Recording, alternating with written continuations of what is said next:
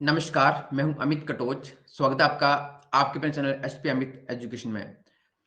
आज हम इस वीडियो में रावी नदी को डिटेल में डिस्कस करेंगे कि सबसे पहले उद्गम कहाँ से हुआ, कौन-कौन से मुख्य ट्रिब्यूटरीज इसके अंतर्गत मिलती हैं, इसके साथ-साथ और कौन से मुख्य पॉइंट रावी नदी से बनते हैं, सभी इस वीडियो में रहेंगे।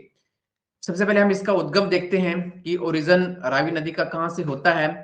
रावी नदी का उद्गम 2 जलधाराओं से मिलकर बना है, एक बादल जलधारा और दूसरी तंतगिरी जलधारा। बादल जलधारा और तंतगिरी जलधारा दोनों ही ग्लेशियर भी हैं और उन्हीं से जो है ये जलधारा निकलती है और आगे चलकर बड़ा बंगाल के पास जो है वो रावी नदी बनती है। ये रावी नदी कहाँ पे बनी?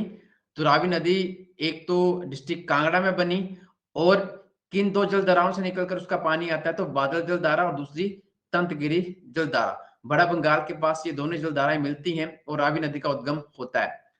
उसके बाद आगे चलकर ये चंबा की तरफ जाती है और फिर आगे चल के जम्मू और कश्मीर में निकल जाती है खैरी नामक स्थान से। फिर आगे चलकर ये चिनाब में मिल जाती है। सबसे पहले कौन जो है वो यहाँ पर नदी मिलती है, तो सबसे पहले मणिमहेश झील आप देखते हैं। जैसे मणिमहेश जो यात्रा होती है उसमें आप एक मुख्य झील देखते हैं।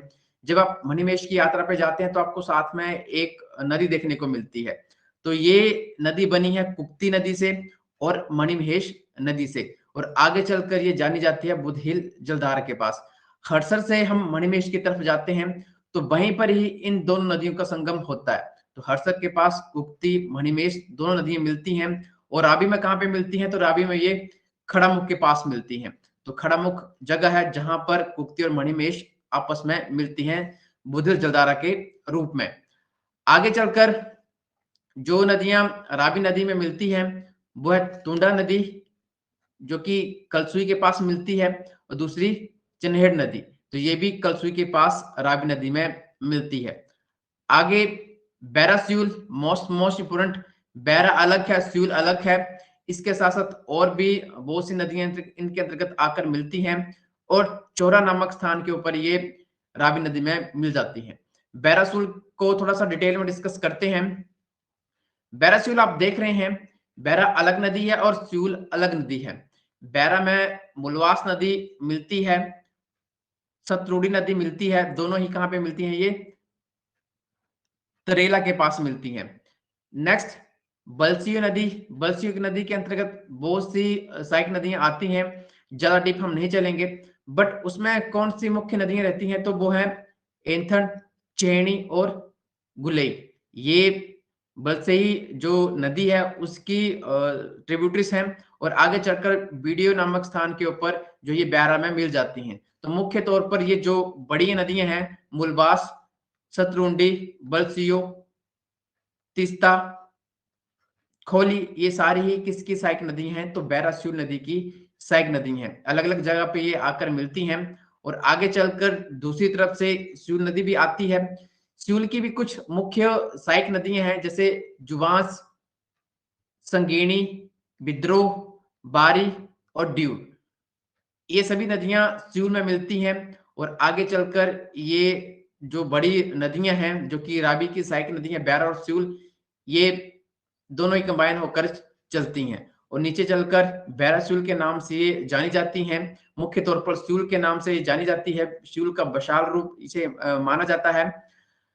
आगे चल के चौड़ा नामक स्थान के ऊपर रावी नदी में मिल जाती है। तो रावी नदी के अंतर्गत ये जो बड़ी नदी है बैरा और स्यूल, आप इनकी जो ट्रिब्यूटरीज हैं इनको भी आप नोट डाउन कर सकते हैं। जो बड़े लेवल के एग्जाम होते हैं वहां पर ये नदियां भी पूछी जाती हैं। आगे साल नदी। साल नदी को साहो करके भी बोला जाता है। साल नदी भी 2 नदियों से मिलकर बनी है, एक होल खड और दूसरी कीड़ी खड। ये साहो के पास साल नदी बनती है।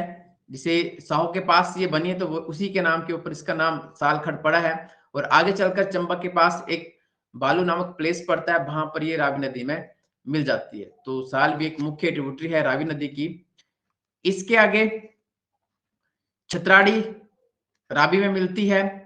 बहुत सी और भी नदियां हैं जो कि रावी के अंतर्गत मिलती हैं। ये कुछ अदर ट्रिब्यूटरीज हैं, जैसे ओबड़ी, ये रावी नदी में मिलती है। मंगला, ये रावी नदी में मिलती है। कहाँ-कहाँ पे मिलती हैं ये स्थान इतने इंपॉर्टेंट नहीं है, बट जो ट्रिब्यूटरीज हैं ये आपने अच्छे से नोट डाउन करनी है। चिलारू, चंद्रेश खड, बलजेड़ी, चिचिन नाला, ये सारी ही ब्यास नदी के अंतर्गत मिलती हैं। रावी नदी का वैदिक नाम पुरुषानी है, वेदों में भी इसका नाम लिया गया है और इसका संस्कृत नाम इरावती है। स्थानीय नाम रोंती नदी के नाम से जो है इसे बोला जाता है और इसकी टोटल लेंथ 720 किलोमीटर बनती है। हिमाचल प्रदेश में इसकी टोटल लंबाई 158 किलोमीटर के अराउंड है, जिसमें 130 किलोमीटर डिस्ट्रिक्ट चंबा में ये बहती है और 28 किलोमीटर के अराउंड डिस्ट्रिक्ट कांगड़ा में बहती है, जहाँ से इसका उद्गम होता है। इनके अलावा सिकंदर महान ने इसे हाइडस्टर और रहोडिस के नाम से पुकारा है, तो ये इसके 4 नाम बनते हैं। आगे चलकर ये पाकिस्तान में चिनाब नदी से मिल जाती है। रावी नदी का कैचमेंट एरिया 5451 स्क्वायर किलोमीटर है। चंबा शहर रावी नदी के दाएं किनारे स्थित है। मोस्ट इम्पोर्टेंट क्वेश्चन है। इसके अलावा जो रावी नदी है ये डिस्ट्रिक्ट कांगड़ा से होकर चंबा की तरफ जाती है, तो धौलाधार पर्वत श्रृंखला और पीर पंजाल श्रृंखला को अलग करती हुई जाती है। दोनों ही मिड हिमालय रेंज का पार्ट हैं, धौलाधार पर्वत श्रृंखला और पीर पंजाल श्रृंखला, जिसमें पीर पंजाल श्रृंखला मुख्य तौर पर डिस्ट्रिक्ट चंबा में लगती है और धौलाधार पर्वत श्रृंखला डिस्ट्रिक्ट कांगड़ा में लगती है। तो ये सभी रावी से संबंधित महत्वपूर्ण प्रश्न थे। तो आई होप आपको ये वीडियो पसंद आई होगी। वीडियो पसंद है तो वीडियो को लाइक शेयर जरूर करें और जिन्होंने भी चैनल सब्सक्राइब नहीं किया है चैनल को सब्सक्राइब कर सकते हैं। और भी टॉपिक आपको इसी चैनल के ऊपर देखने को मिलेंगे।